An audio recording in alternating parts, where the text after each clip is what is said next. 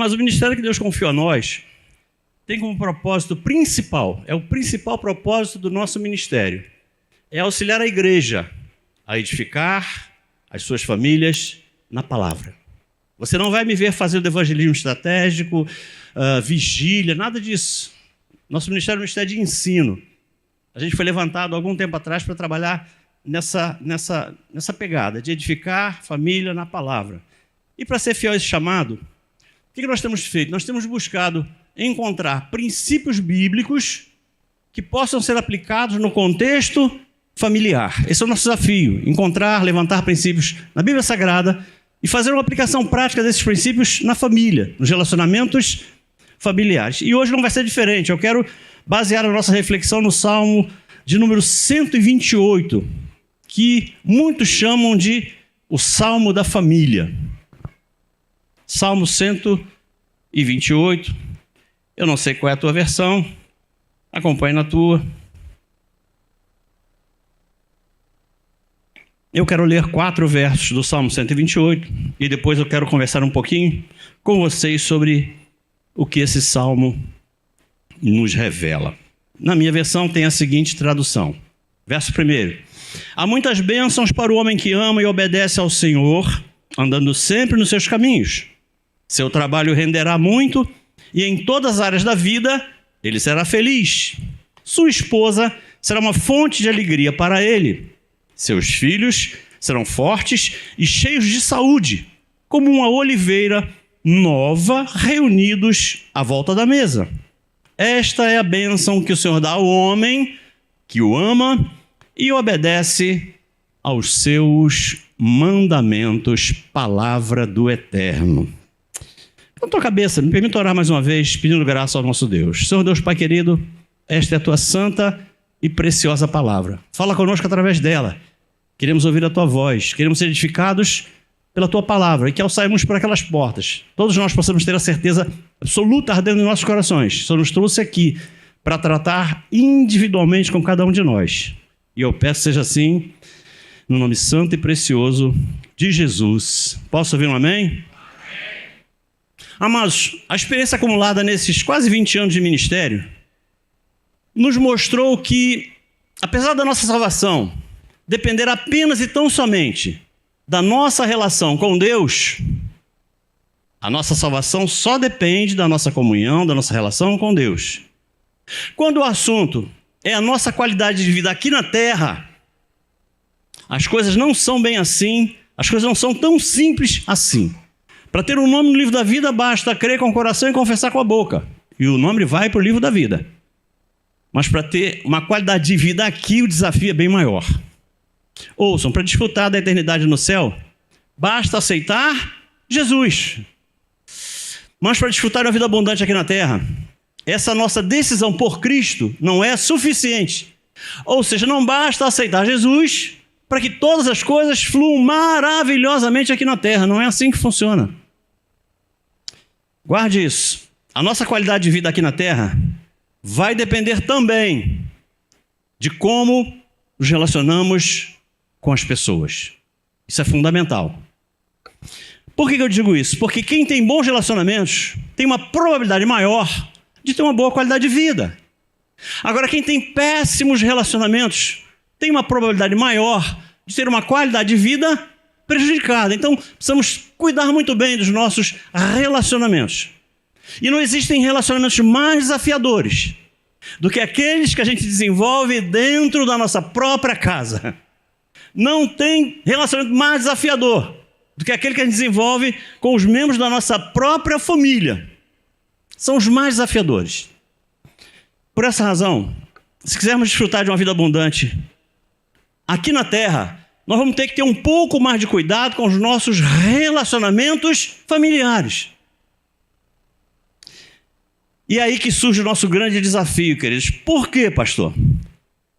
Porque se lá fora a pessoa só mostra aquilo que ela quer mostrar, porque lá fora nós temos um filtro maravilhoso. Nós temos muito cuidado para mostrarmos quem nós somos lá fora.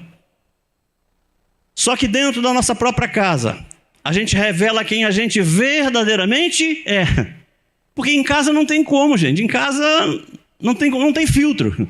Em casa a gente é o que é, não tem como. Lá fora não, a gente tem um pouco mais de cuidado, tem um pouco mais de cuidado para tratar as pessoas, um pouco. Em casa não, em casa a gente é o que é. E depois de dedicar os últimos 20 anos tratando de casamentos e de famílias, eu descobri algo interessantíssimo, e eu reparto isso com a igreja agora. Olha o que foi que nós descobrimos. Que a maioria esmagadora, mas talvez 80% a 90% dos problemas familiares tem a sua origem em apenas 3 relacionamentos mal resolvidos. Alô? Eu vou repetir para você pensar. A maioria esmagadora dos problemas que afligem as famílias tem a sua origem em apenas 3 relacionamentos mal resolvidos. Eu não tenho dúvida em afirmar que são os 3 relacionamentos que nós não podemos negligenciar se quisermos edificar uma família extraordinária. Pastor, que 3 relacionamentos são esses? Bom, a primeira área que precisamos vigiar é com relação ao relacionamento conjugal. O primeiro relacionamento que nós temos que vigiar muito, porque o relacionamento conjugal é desafiador. Posso ouvir no misericórdia? Eu acho que é por isso que Jesus falou que no céu não se casa e nem se dá em casamento. Acho que foi por isso. Porque se houvesse casamento no céu, a paz que reina no céu ia ficar comprometida, o céu ia deixar de ser céu. Então, Deus falou, não, o casamento começa aqui e acaba aqui. O céu é... Segunda área, também muito sensível, e que nós não podemos negligenciar, é aquela área que envolve o nosso relacionamento com os nossos filhos. Ou áreazinha complicada. Você já ouviu alguém falar que a relação do homem com Deus é a relação vertical? A relação do homem com o homem é a relação horizontal. A relação com os filhos quase sempre é atravessada. Quase sempre é atravessada. É um negócio desafiador. E a terceira área que tem roubado a paz de muitas famílias é a área financeira. Está na falta de sabedoria em lidar com o dinheiro. Isso me levou a concluir que quem der a atenção necessária a essas 3 áreas, a esses 3 relacionamentos, vai estar se protegendo de 90% dos problemas que poderiam afetar as suas famílias. Então são 3 áreas que nós não podemos negligenciar: casamento, educação de filhos e finanças. Mas o que me deixou maravilhado, e realmente eu quando descobri isso, e não tem muito tempo não, eu fiquei maravilhado. Eu descobri que algo que demorei 20 anos para perceber, eu demorei 20 anos para perceber isso, que eu aconselhava casais e famílias, e no fundo quando eu ia ver, ou era problema no casamento, com filho ou com dinheiro. Eu demorei 20 anos para descobrir isso. Só que eu fui perceber que isso já estava registrado na Bíblia Sagrada, desde sempre. Desde que a Bíblia é Bíblia, já estava na Bíblia. E eu nunca havia reparado. E ao ler e reler a Bíblia Sagrada, eu descobri que esse alerta de Deus já estava registrado nesse Salmo 128. Eu descobri que a Bíblia Sagrada nos apresenta no Salmo 128 aquela que eu decidi chamar de a família modelo da Bíblia. E amados, eu vim aqui hoje para te mostrar que o Salmo 128 foca justamente nessas 3 áreas. Ou seja, o ajuste dessas 3 áreas tem potencial para transformar qualquer família complicada numa família extraordinária. Basta nos dedicarmos a esses 3 relacionamentos. Mas antes de compartilhar essa revelação, eu gostaria de fazer algumas considerações. Por que isso? Porque nesse tempo todo que a gente trabalha com famílias da igreja, eu percebi que existem pessoas, em todas as igrejas, não é só aqui não, na minha também tem muitas. São pessoas cujas famílias estão longe de ser aquelas com as quais elas sonharam. Se casaram, planejando edificar uma família extraordinária, mas não conseguem ver a sua família dessa forma. E por viverem em famílias disfuncionais, essas pessoas têm orado a Deus, e é justo isso, é razoável, elas têm orado a Deus, para que Deus entre com providência e restaure as suas famílias. Quantos estão comigo até aqui, digam amém. Amém. Muita gente está com a família disfuncional, está orando a Deus, para que Deus entre com providência e restaure a sua família. Mas o que algumas dessas pessoas ainda não se deram conta é que antes de orar pela restauração da família, Essas pessoas deveriam abandonar alguns comportamentos nocivos. E essa não é uma opinião minha, não é uma opinião pessoal. Foi o próprio Jesus quem deu essa instrução a mim e a você, em Mateus 26:41, quando ele disse assim: vigiai e orai, para que não entreis em tentação. Perceba que não é vigiai ou orai, não são opcionais, é vigiai e orai, são dois comportamentos que se complementam. E o mais interessante disso tudo é que ele não falou orai e vigiai, ele falou vigiai e orai. Qual é a conclusão que eu tiro disso? É que vigiar tem que vir antes de orar. Vigiar tem que vir antes de orar. Antes de orar, eu preciso vigiar. Primeiro eu tenho que me concentrar naqueles aspectos que são da minha responsabilidade. Sou eu quem devo mudar algumas coisas na minha vida, antes mesmo de orar a Deus. Talvez eu tenha que orar a Deus para Deus me mostrar o que eu tenho que mudar na minha vida. Porque quanto mais eu vigiar, grave isso, quanto mais eu vigiar, fazendo aquilo que deve ser feito, menos eu terei que orar pedindo intervenção divina. Eu vou repetir. Quanto mais você fizer aquilo que é correto, menos você vai ter que pedir que Deus entre com providência. Quantos entendem o que eu estou dizendo? Digam amém. Amém. Aí sim, eu estou fazendo tudo aquilo que é correto, mas ainda assim eu não consegui resolver o meu problema através das minhas mudanças pessoais. Aí sim, eu vou orar a Deus para que Deus entre com providência e faça aquilo que só Ele pode fazer. E o que nós temos visto é que alguns dos nossos irmãos até oram bastante.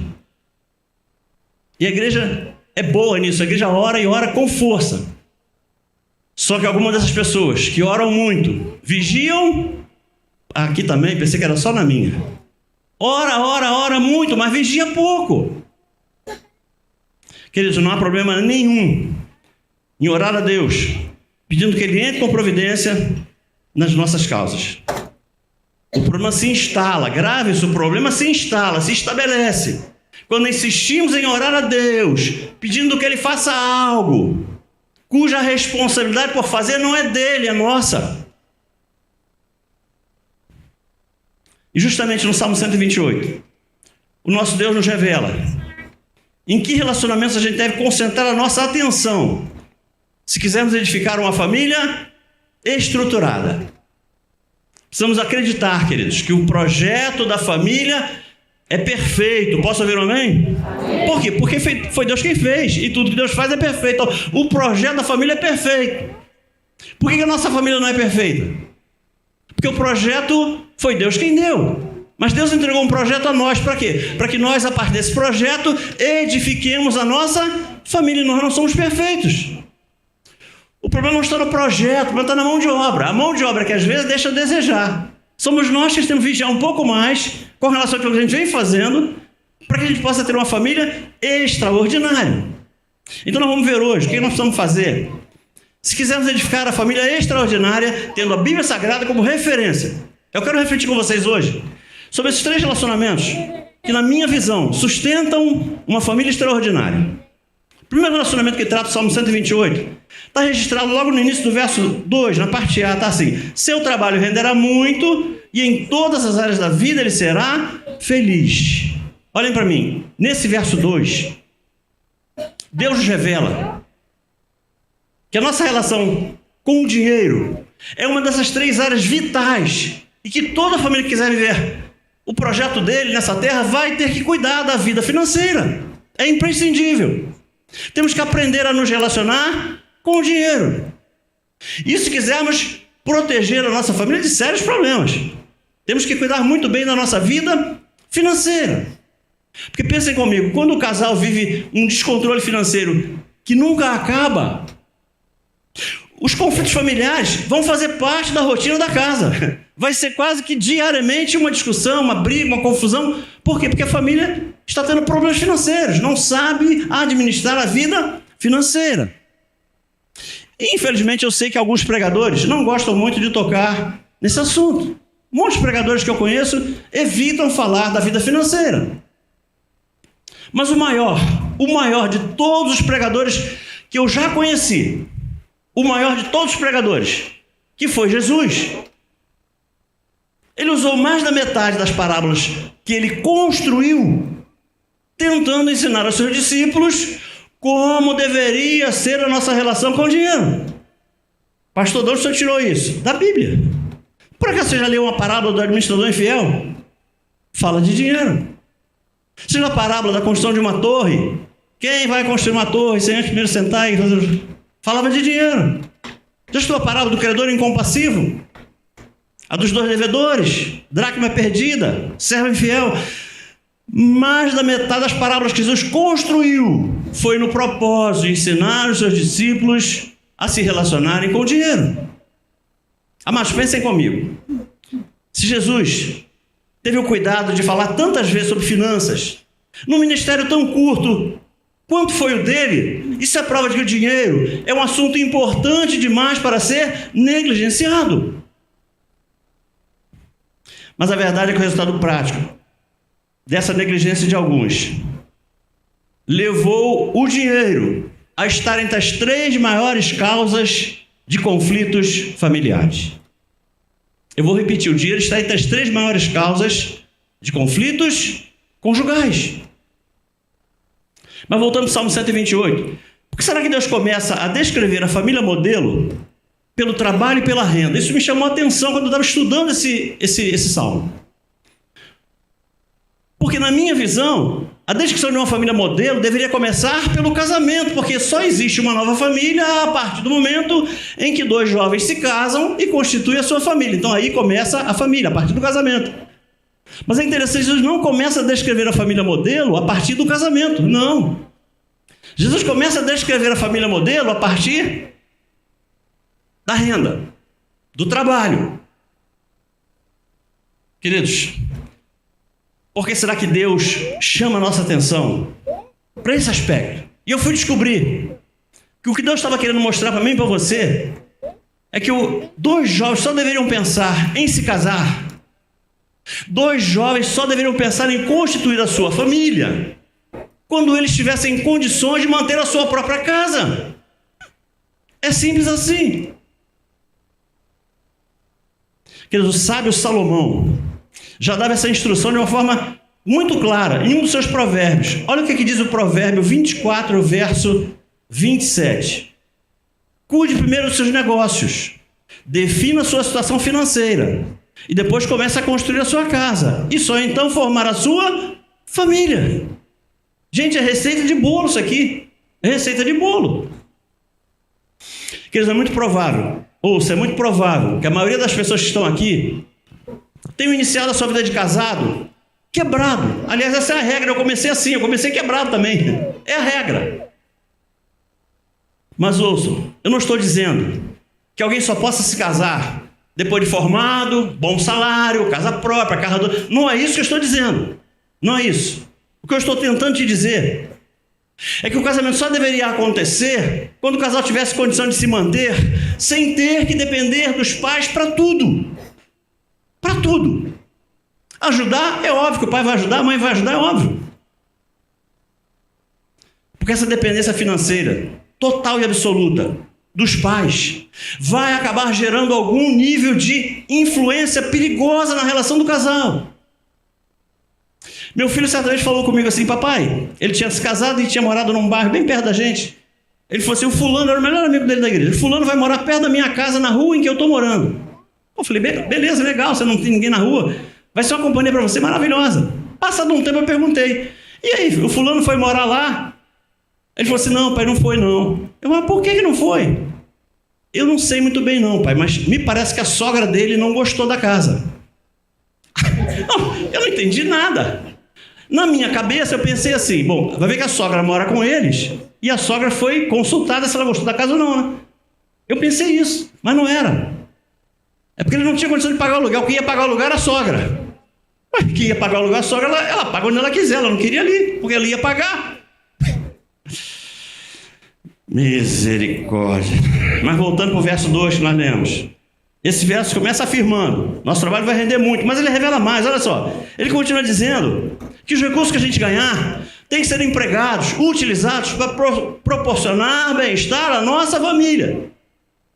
Ou seja, não basta ter dinheiro se o dinheiro não estiver sendo utilizado para proporcionar bem-estar à família. Aí não adianta nada. O dinheiro tem que ser ganho, mas com o propósito de gerar bem-estar à família. E aqui entra um detalhe que pode fazer toda a diferença na nossa vida. É que o dinheiro só vai cumprir esse propósito de proporcionar bem-estar se a família souber tratar o dinheiro como sendo um bem da família. Pastor, não entendi. Que depois que a gente se casa, pouquíssimas coisas você vai poder chamar de seu. A Bíblia diz, 1 Coríntios 7, que nem o corpo de quem casa é seu mais.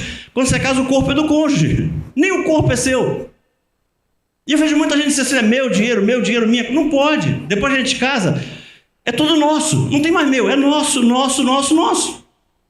E quantas pessoas eu encontro vendo conflitos enormes, simplesmente porque não sabem se relacionar com dinheiro.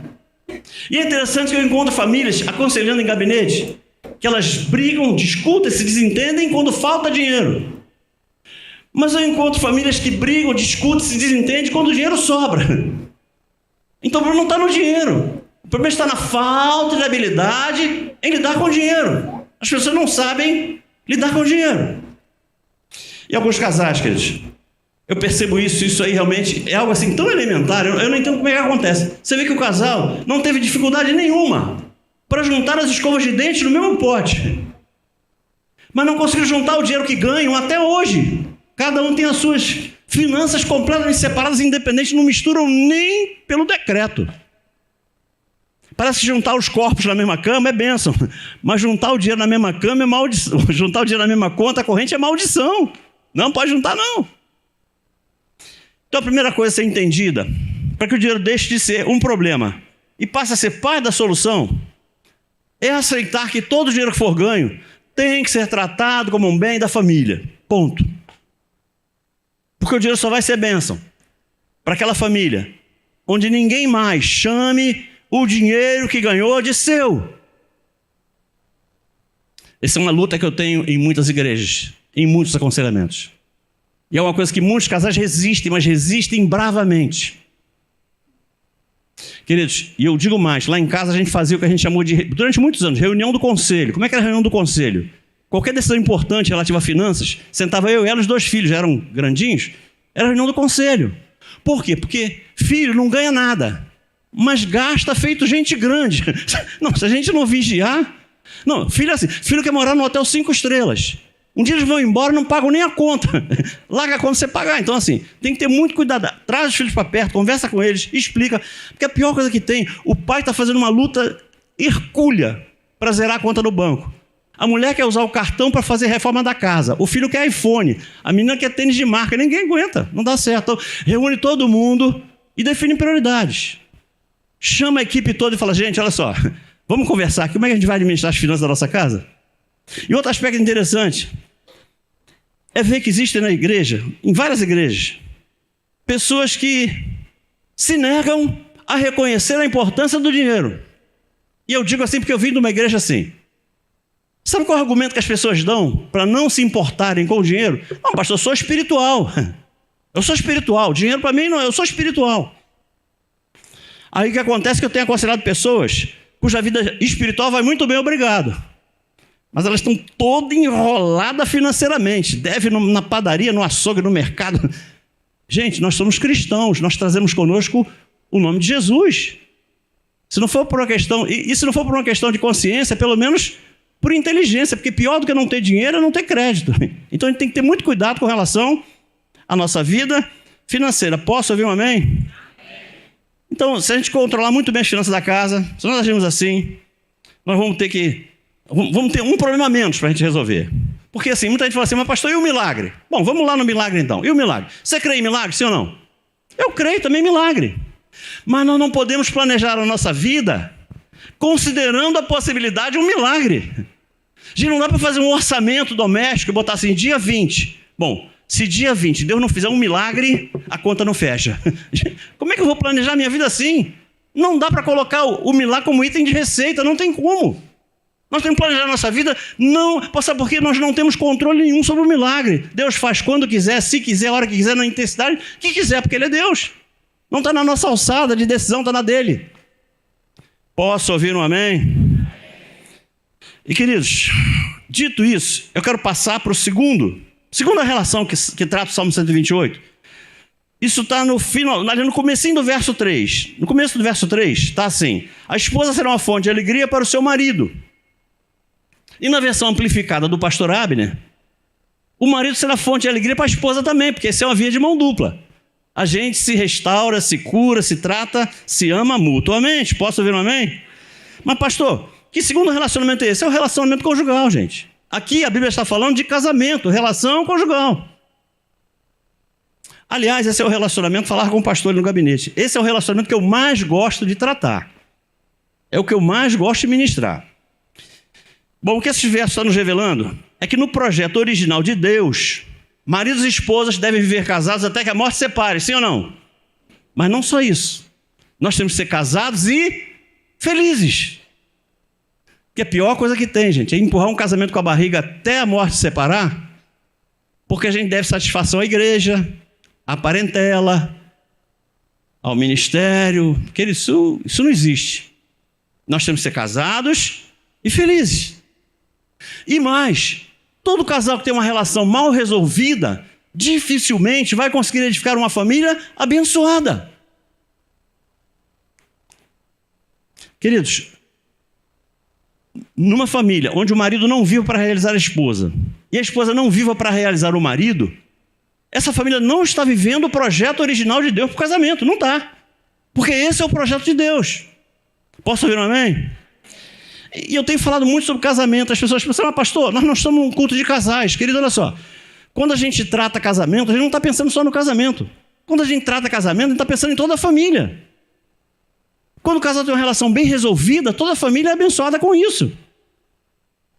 Nosso projeto final é sempre a família. E queridos, outra coisa que me incomoda.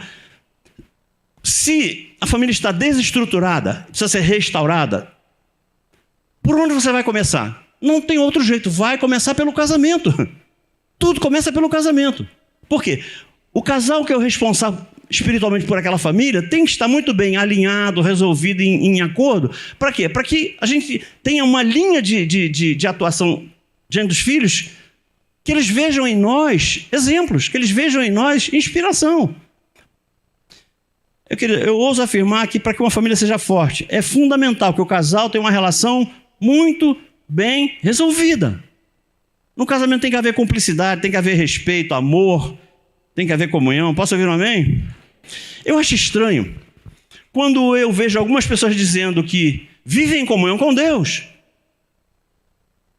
Mas você vai conversar com elas em particular, no privado, e você percebe que elas vivem uma relação conjugal sem comunhão nenhuma. Elas querem te convencer de que elas vivem em comunhão com Deus, mas não tem comunhão conjugal nenhuma, zero. A essas pessoas eu tenho lido o que diz 1 João 4,20. Toda vez que eu ouço isso de um casal, eu leio 1 João 4,20. Se alguém diz, eu amo a Deus, e odeia seu cônjuge, é mentiroso, é mentirosa. Porque quem não ama a seu cônjuge, a quem viu, não pode amar a Deus a quem não viu. Eu não quero me aprofundar na relação conjugal, porque isso aí é assunto para um papo meu com o pastor depois. Vamos seguir. Terceiro e último relacionamento que trata o Salmo 128. Tem a ver com o que está dito no verso 3, só que na parte B. Olha o que diz na parte B. Seus filhos serão fortes e cheios de saúde, como uma oliveira nova, reunidos à volta de uma mesa. E, amados, eu não sei aqui a igreja, pastor, mas essa é uma área que tem roubado a paz de muitas famílias por onde eu tenho passado. Aqui o Salmo 128 está chamando a nossa atenção para a importância do nosso relacionamento com os nossos filhos. Salmo 128 fala de filhos sadios, reunidos com seus pais, em volta de uma mesa. E quando o Salmo fala isso tudo, ele não está falando somente de filhos fisicamente sadios. Porque os nossos filhos têm que ter saúde. Posso ouvir um amém? Mas não só saúde física. Não só saúde física. Nossos filhos precisam estar também emocionalmente sadios. E aqui é uma área que poucos têm dado atenção. Cuidam muito da saúde física. Mas filhos estão emocionalmente doentes, machucados. Nossos filhos têm que ser criados num ambiente que proporciona a eles saúde emocional. Posso ouvir um amém? E por último, e não menos importante, os nossos filhos têm que ser criados num ambiente que promova neles saúde espiritual. Porque os nossos filhos têm que ser espiritualmente sadios. Porque somos um espírito, temos um corpo e uma alma. Então nós temos que ser sadios em todas as áreas, em todas as partes do nosso ser. Mas a grande verdade é que não existe saúde física sem saúde emocional. Grave isso. Não existe saúde física sem saúde emocional. Ou seja, qualquer descompensação emocional pode provocar doença física. Então não tem saúde física sem saúde emocional. Só que não tem saúde emocional sem saúde espiritual. Então tudo começa na relação com Deus. A gente começa a resolver esses problemas na comunhão com Deus, na relação com Deus. E me permitam concluir que a nossa maior responsabilidade em se tratando dos nossos papéis de pai e mãe é ensinar aos nossos filhos a importância deles mesmos desenvolverem seu relacionamento pessoal com Deus. Mas os nossos filhos, grave isso, os nossos filhos não podem passar a vida inteira vivendo como netos de Deus. Porque eu vejo em muitas famílias é isso. Filhos vivendo como netos de Deus. Não, porque meu pai é servo de Deus, minha mãe é serva de Deus. Não, eu sou neto. Deus não se relaciona assim. Todos nós temos que ser filhos de Deus. Então nós, os pais, temos que ensinar aos nossos filhos para que eles entendam a importância de se colocarem na posição de filhos. E no mundo moderno, queridos, isso tem sido quase impossível. O mundo moderno tem criado muitas barreiras. E com que propósito? Atrapalhar o relacionamento de pais e filhos. O mundo está cheio de gatilhos, de armadilhas. E tudo isso tem potencial para comprometer toda a nossa descendência. Já percebeu a dificuldade que é, queridos? Para que uma família dos nossos dias consiga reunir em volta de uma mesa pais e filhos. Que dificuldade! Que dificuldade! Nem que seja para uma refeição diária. Difícil. E que às vezes, eu vejo muito isso em restaurante, às vezes, a família está toda reunida em volta de uma mesa. Mas está cada um no seu smartphone. Não tem ninguém em comunhão com ninguém. Está cada um no seu mundo. Se você agir assim, você até fica sabendo o que está acontecendo na família do amigo da internet. Só não fica sabendo do que está acontecendo dentro da sua própria casa. Porque está muito preocupado em saber o que está acontecendo lá na rede social. Porque eu creio que alguns pais perderam noção da importância de desenvolverem uma relação sadia com seus filhos. Alguns pais perderam noção da importância de dedicarmos um tempo de qualidade para estar com os nossos filhos. A impressão que eu tenho, isso é triste, dói no meu coração, é ver que alguns pais, por não dedicarem o tempo que deveria dedicar aos filhos, eles estão sempre com a consciência pesada. Parece que a consciência deles está sempre acusando que eles não estão dedicando tempo aos filhos. Sabe qual é a consequência desastrosa? É que ao invés de fazermos com que os nossos filhos nos obedeçam, porque seria uma missão nossa, ensinar aos nossos filhos o princípio da obediência, mas como a gente está com a consciência pesada, a gente está muito mais preocupado em fazer com que os nossos filhos nos amem do que nos respeitem. Olha que loucura! A gente está muito preocupado para saber se o filho me ama, se a minha filha me ama, se o meu filho me ama, e a gente deixa de lado o respeito. Só que o que nós não nos damos conta diz que é impossível que um pai ou uma mãe seja amado ou seja amada por um filho ou por uma filha que não o respeite. Ninguém ama quem não respeita.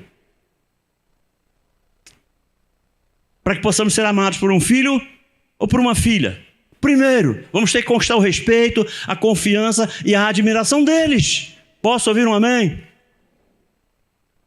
E aqui tem um princípio, tem sido muito negligenciado pelas famílias dos nossos dias, que é o princípio da autoridade. Gente, parece que isso deixou de ser bíblico.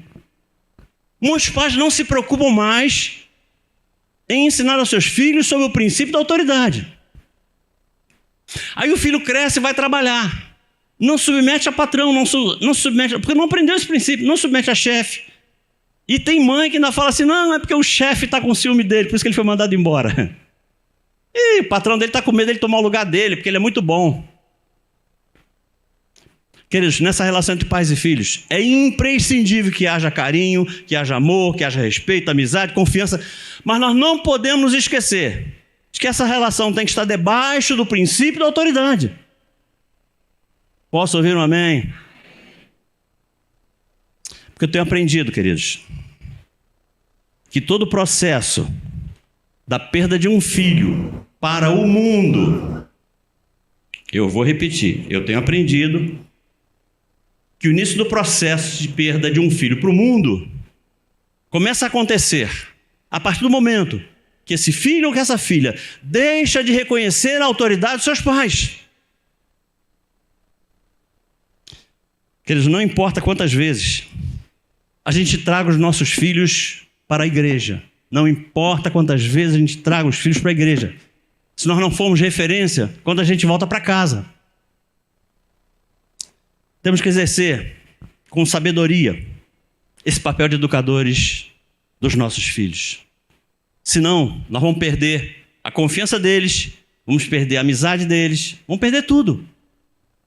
E mais, se nós formos negligentes e não ensinarmos aos nossos filhos tudo que é bom, tudo que presta, tudo que é sadio, tudo que é amável, o inimigo não é negligente nessa hora. E ele vai assumir esse papel e vai ensinar aos nossos filhos tudo que não presta. Porque ele está aí para fazer isso. Matar, roubar e destruir.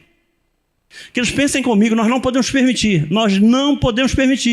que as nossas casas se transformem num orfanato. Gente, me perdoe ser tão duro, mas tem horas que eu fico muito incomodado vendo isso na igreja.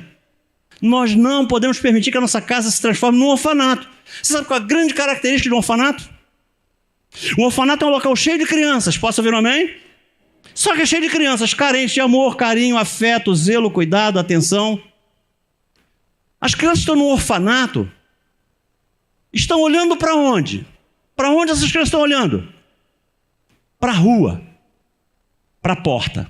Porque na cabeça delas, um dia vai entrar alguém por aquelas portas e vai dar a elas o que elas não têm em casa, que é o orfanato, é onde elas moram. E eu vejo isso na casa de servos de Deus. Ouça, nós não podemos permitir que os nossos filhos estejam dentro da nossa casa e o tempo todo se inspirando na rua. Eles têm que estar dentro da nossa casa olhando para nós. A referência deles tem que ser pai e mãe.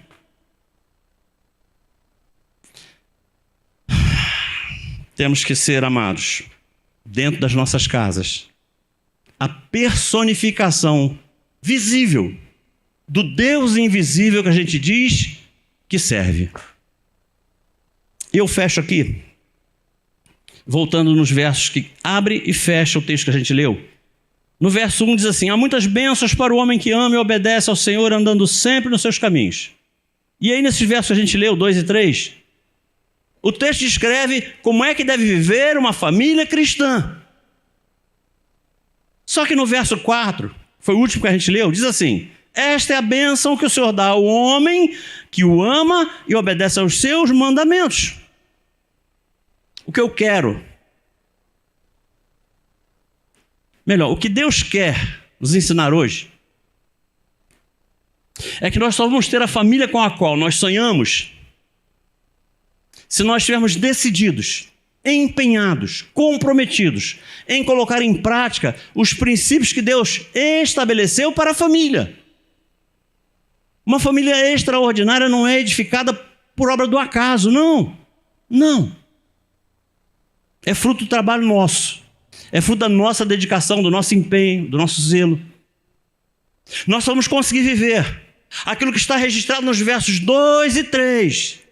Se estivermos vivendo do jeito que Deus recomenda nos versos 1 e 4. Mas esse texto começa e termina nos revelando que para edificarmos a família que Deus projetou, vamos precisar viver em obediência à palavra que Ele nos deixou. Posso ouvir um amém? Vamos ficar em pé.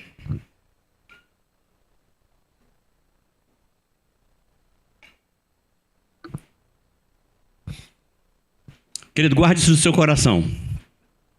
Se você veio de uma família disfuncional, uma família desestruturada, uma família que te deixou mais lembranças tristes do que lembranças alegres, guarde isso.